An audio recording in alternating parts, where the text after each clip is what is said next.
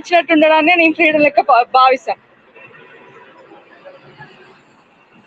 అయితే ఇప్పుడు సమాజంలో మన మన మన సమాజంలో ఆడవాళ్ళని ట్రీట్ చేసే ఈ మేల్ ఈగో అనేది ఎక్కువ అవుతుంది. సో దానివల్ల అది తట్టుకోలేక అమ్మాయిలు విదేశాలు వెళ్ళిపోతున్నారు. ఓకే, సో ఆ విధంగా అందరూ ప్రతి అమ్మాయి బాగా చదివేసుకుని ఫారెన్ వెళ్ళిపోతే ఇండియాలో అబ్బాయిల పరిస్థితి ఏమవుతుంది? అది కూడా కరెక్టే అన్న, నువ్వు అన్నది 100% కరెక్టే, నేను కాదన్నాను. కాకపోతే ఇండియాలో ఉన్నప్పుడు అబ్బాయిలు కూడా కొన్ని కొన్ని అర్థం చేసుకోవాలి కదా, ప్రతిదీ వాళ్ళకి నచ్చినట్టు అంటే ఉండలేరు కదా.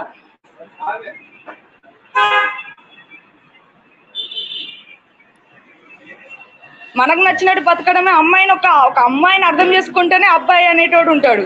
అట్లాంటప్పుడు అమ్మాయిని అబ్బాయి అర్థం చేసుకున్నప్పుడు అబ్బాయిని అమ్మాయి ఎందుకు అర్థం చేసుకోవాలన్న నా నా పాయింట్ ఆఫ్ వ్యూలా. అంతే, నాకంతే ఏం లేదు. మా డాడీ అయితే మా మమ్మీని మంచిగా అర్థం చేసుకుంటాడు, నేను చూసుకుంటూ వచ్చినా కాబట్టి. ప్రజెంట్ ఇక తర్వాతకి నాకు వచ్చేటోడు ఎట్లా వస్తాడో తెలియదు. కాకపోతే నేను మా డాడీ లాంటి అయితే కోరుకుంటాను. ఎందుకంటే ఏది చేసినా కూడా నీకు నచ్చినట్టుండు, నీకు నచ్చినట్టు చేయని చెప్తాడు, కానీ నువ్వు ఇట్లుండాలి అట్లుండాలని చెప్పాడు.